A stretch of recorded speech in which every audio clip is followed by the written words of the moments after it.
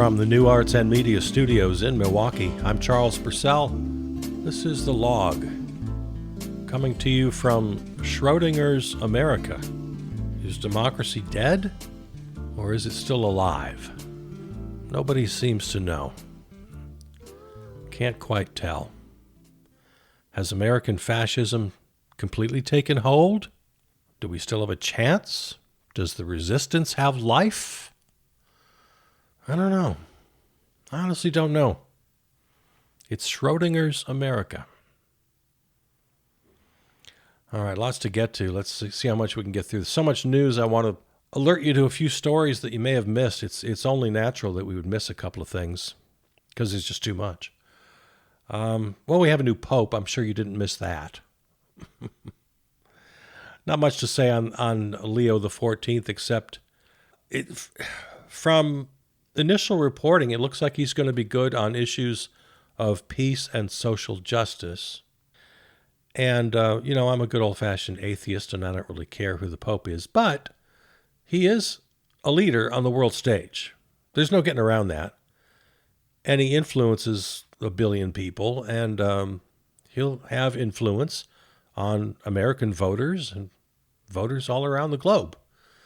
So I think it matters that he's the complete opposite of the Orange Menace. If you could invent the exact opposite of the Orange Menace, I think you'd have Leo the 14th. So I'm happy about that. Of course, he's not going to do anything about women priests or birth control or LGBTQ issues in the church. He's not going to be a reformist. No, that's not going to happen. Hard to imagine that ever happening in our lifetime. MAGA just hates him. They just can't stand the guy, which is an excellent sign. Joe Biden, I'm going to move quickly today. Joe Biden is on a little mini tour. I don't think he's written a book or anything. He just wants to get out there and defend himself. Well, speaking of books, I guess there's a book by Jake Tapper and I think it's Jake Tapper, right? Well, we're all going to know here in a couple days because it's coming out, I think, this week. He and his co-writer have some, from advanced reports, have some pretty bad things to say about the Democrats and Joe Biden. And I heard some commentary that maybe that's why Joe Biden is getting out there as kind of a pre-buttal. But he's not helping himself. And I'm not really entirely interested, except as it relates to upcoming elections. Of course, I want the Republicans to lose, which means I'm in this weird position of wanting Democrats to win, even though I'm just furious with Democrats. See, Democrats lie to American voters almost as much as Republicans do. They just lie about different things. The Democrats lied to Americans in the 2024 campaign about their own lives, right? Especially about people's own economies. Telling everybody the economy was great when they can't afford groceries or rent or, it was just ridiculous. You can't lie to people about their own lives. That will never work. Now, the Democrats told the truth about a lot of things, about crime, about immigrants, about trans people. But for most voters, those are outside issues. They're not issues that come right into their kitchen table, right? As they say.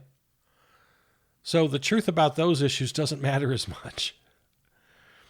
Oh, and of course, as I was just mentioning, they also lied about Joe Biden and his cognitive abilities when that was right there for all of us to see and hear. We all have eyes and ears. So you can't lie to people about what they see with their own eyes, what they hear with their own ears, what they know about their own lives, about their own bank accounts. You can't lie to voters about those things. Now, on the other side, Republicans lied about immigrants, saying they're all gang members and they're all rapists and killers. And it was ridiculous. They lied about crime, saying it was the worst ever when it's among the lowest rates ever for crime. They lied about trans people, that they're taking over our lives. But there again, immigrants, crime, trans people, those aren't things that are right at our kitchen table. Most of us anyway, most voters. So you can lie about that stuff, especially if you're invoking fear, because fear is the strongest of all motivators. So that's what the Republicans lied about. And then the Republicans had the advantage of being able to tell the truth about Biden and his age. All they had to say was, look at him. And so the voters bought that because it was true. The Republicans could also be truthful about people's personal economics, not just the big macro stuff, but, you're having a hard time. You're struggling. You have no job security. You can't afford groceries and rent. You think that's not going to resonate with voters? Especially the low information voters who don't realize how fucking evil the Republicans are. Because, of course, they lied about all the solutions.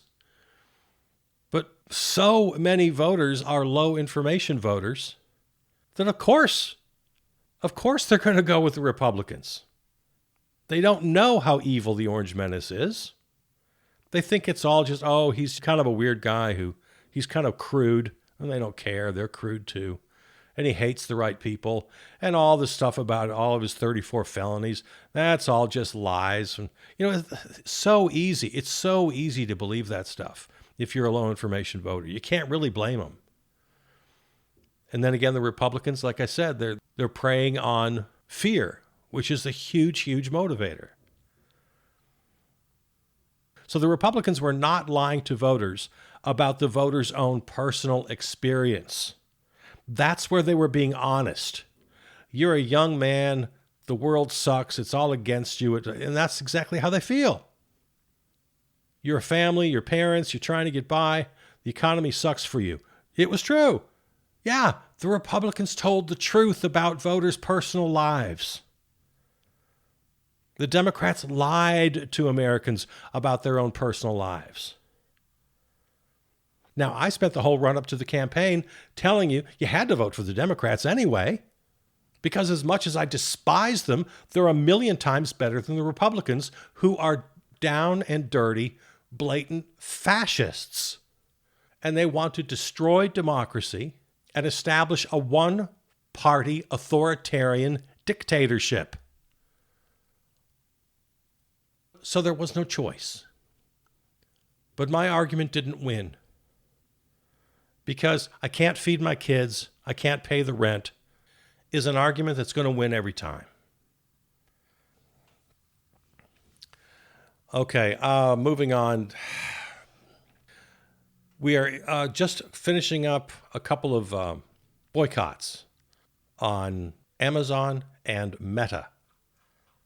Meta, of course, is Facebook, Instagram, WhatsApp, Messenger, and Threads. So those boycotts happening this prior week, so we're just coming out of that.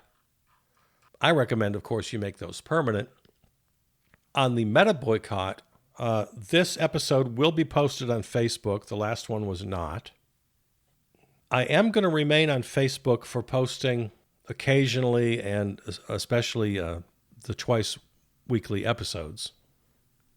Sometimes 3 if we do a Charles Purcell Presents on the weekend. So I'm going to Blue Sky and to Substack, but I'm going to stay on Facebook just for a little while so we don't leave people behind. I want to make that transition. I want to make sure as many people come over with me as possible. Events and boycotts, let's see. Well, May 15th is coming up here right around the corner, which is a day of mourning and remembrance for Palestinians.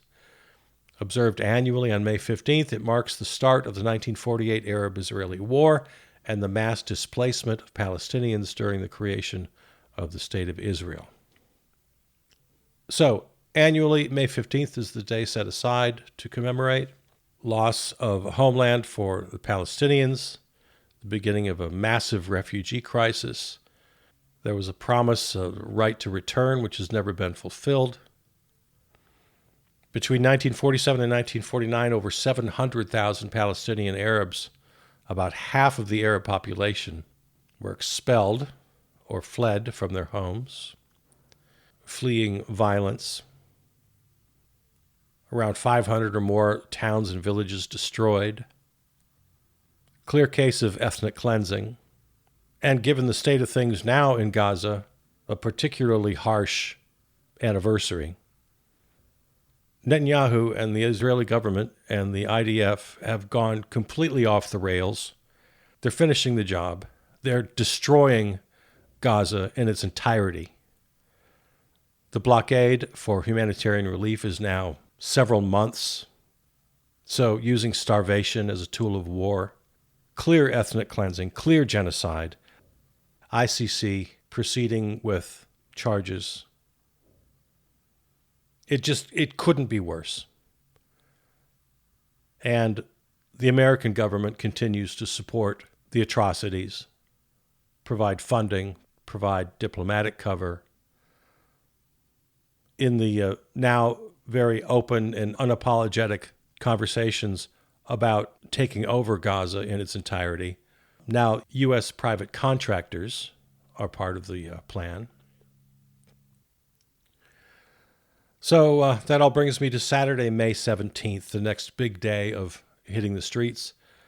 That's going to be part of the coalition, of course, commemorating the Nakba. So Saturday, May 17th, National Day of Protest. Again, it's always a coalition. Trump is a fascist. The regime must go. March on behalf of our brothers and sisters in Palestine. Check with your people and find out what's happening in your city. There certainly will be rallies and protests everywhere. Indivisible.org, 5050.1. I haven't mentioned this one in a while. Shutdown 315. I think the 315 is just a reference to the first big day of action back in March.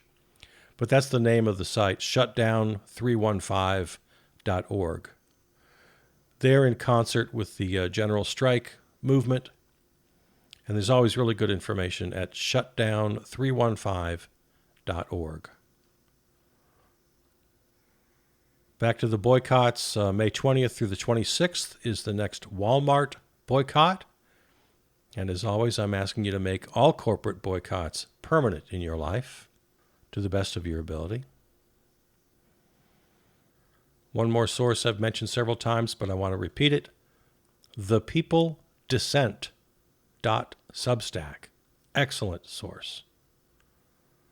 And GeneralStrikeUS.com.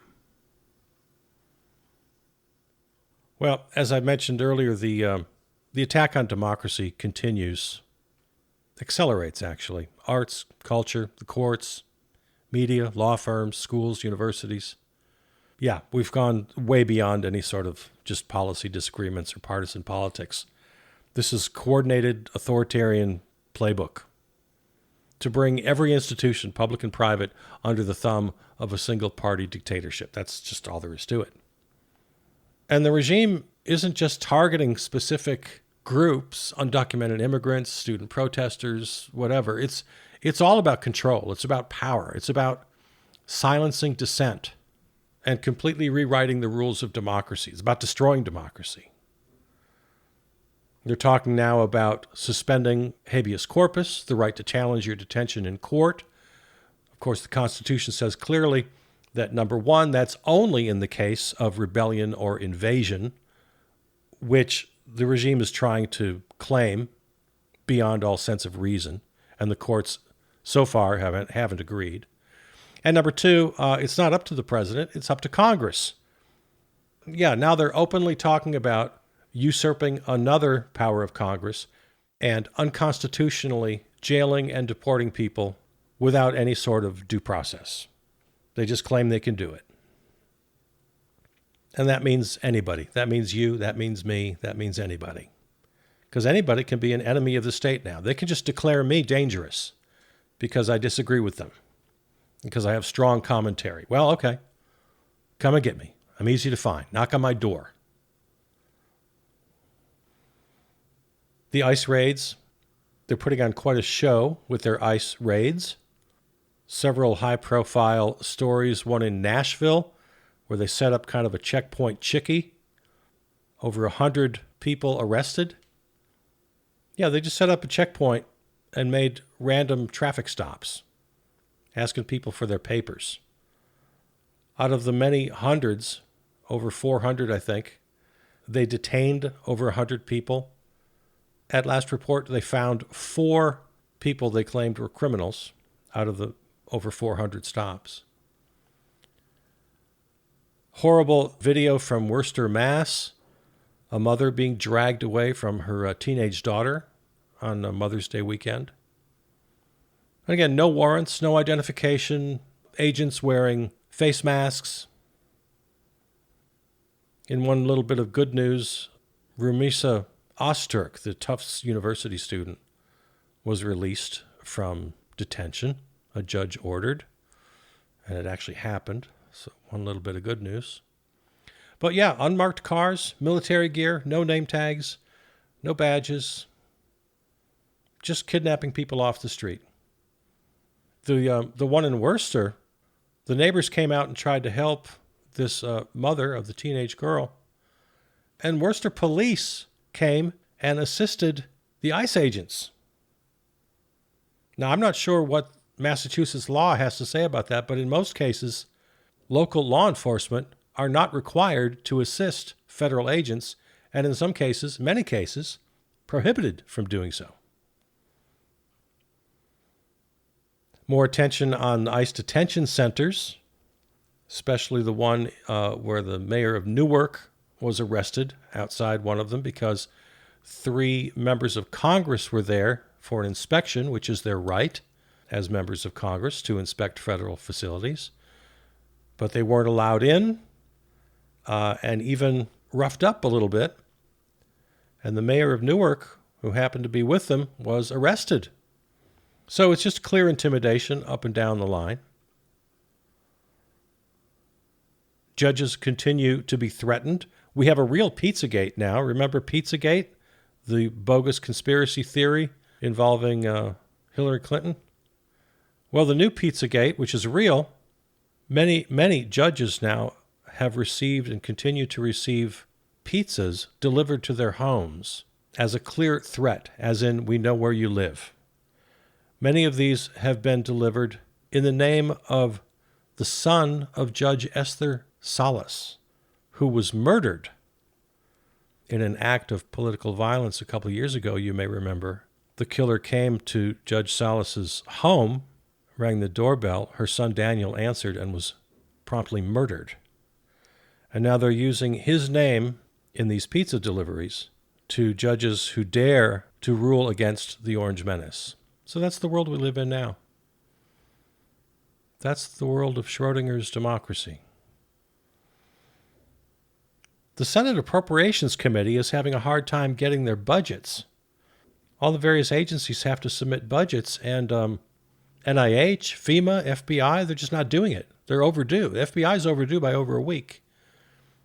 And really strange, disturbing footage I saw of Kash Patel just being so entirely obstinate. Yeah, I'll get it to you. What's your timeline? Well, I don't really have one. You'll get it when you get it. It's a week overdue. Yeah, I guess the fiscal year 25 budget is overdue. And then they also, in any minute now, they need the proposal for the 26 budget. And that's nowhere in sight as well. So the whole story of incompetence and cronyism continues, which is an old playbook, right? You claim the government doesn't work, and then you sabotage it to the point where, okay, it doesn't work.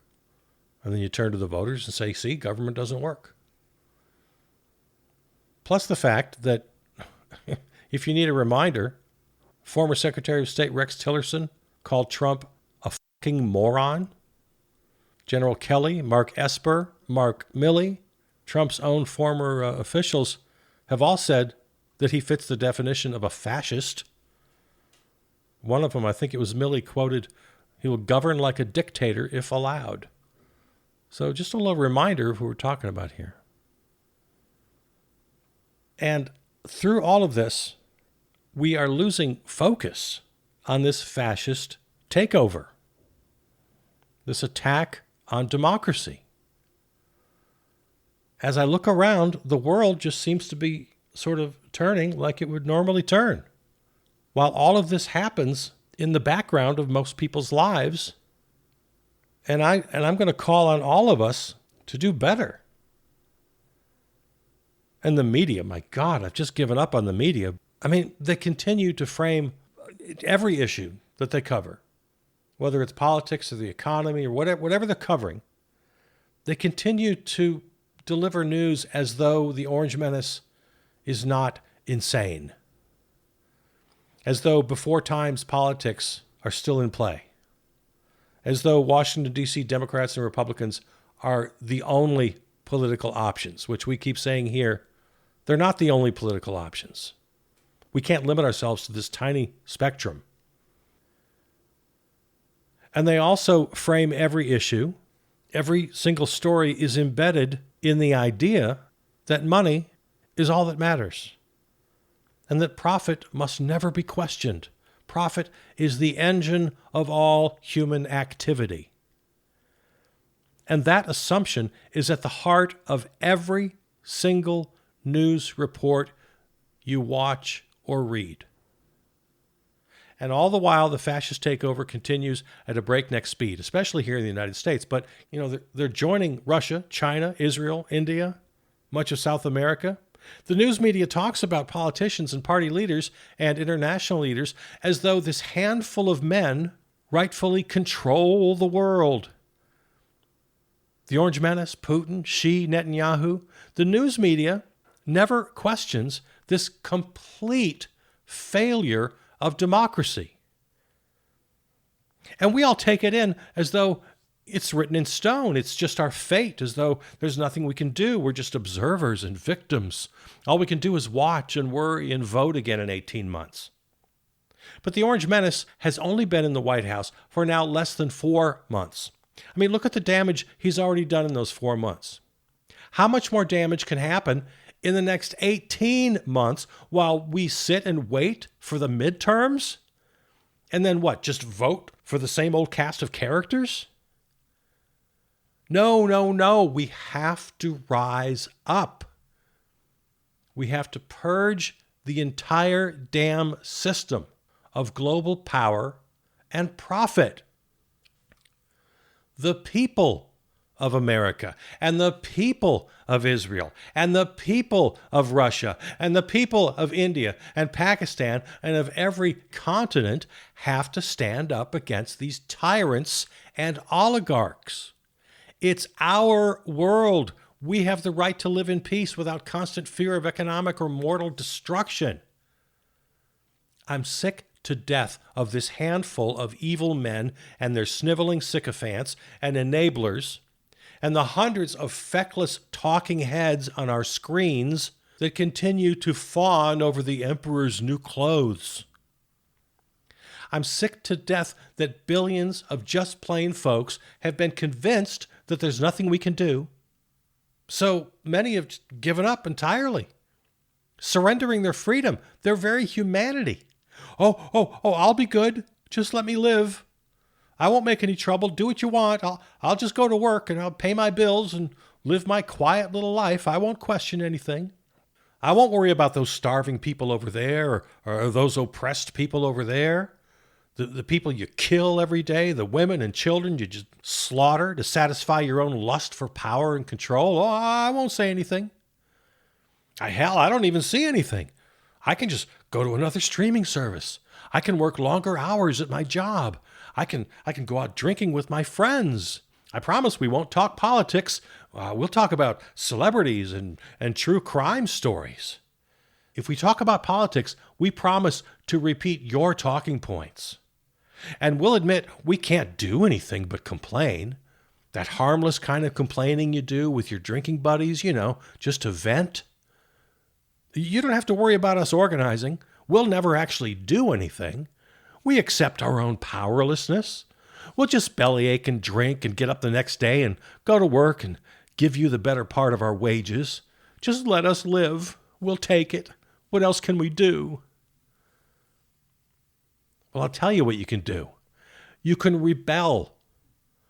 First, turn off all corporate media. They're in bed with this handful of evil men. They share the same interests. They have nothing whatsoever to do with your interests. Because you are a human being. You have rights. You have dignity.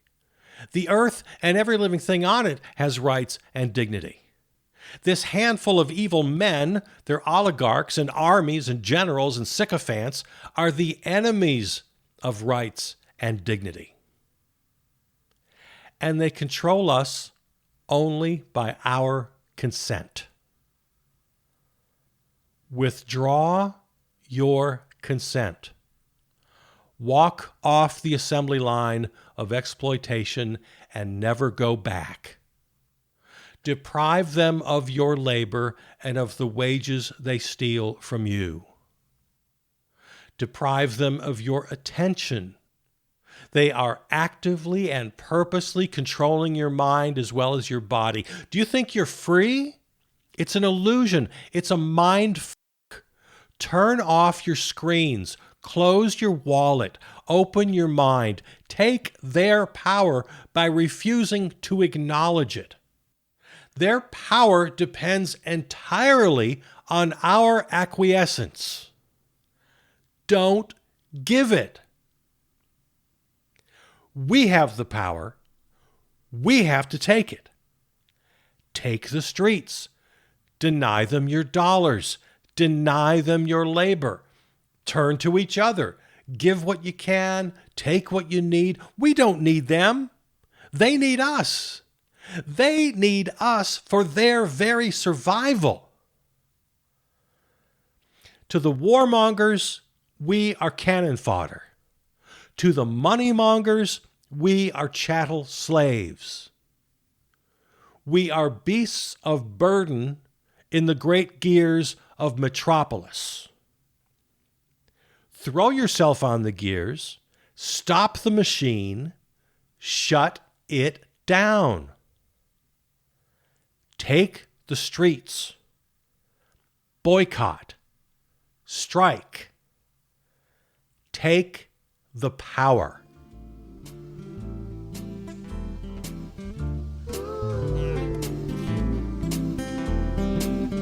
All right. Don't forget, Saturday, May 17th, everybody is out on the streets. Please make your boycotts and your protests permanent and daily. Download or subscribe at your favorite podcast platform, or go to charlesburcell.com for all the episodes and all the other titles in the podcast family. Thanks to River West Radio, our flagship terrestrial station, riverwestradio.com. Follow me on Blue Sky and Substack. Write to me, charlesburcell@gmail.com. Peter Donalds wrote and performed the theme song. All right, I love you. I'll see you out there.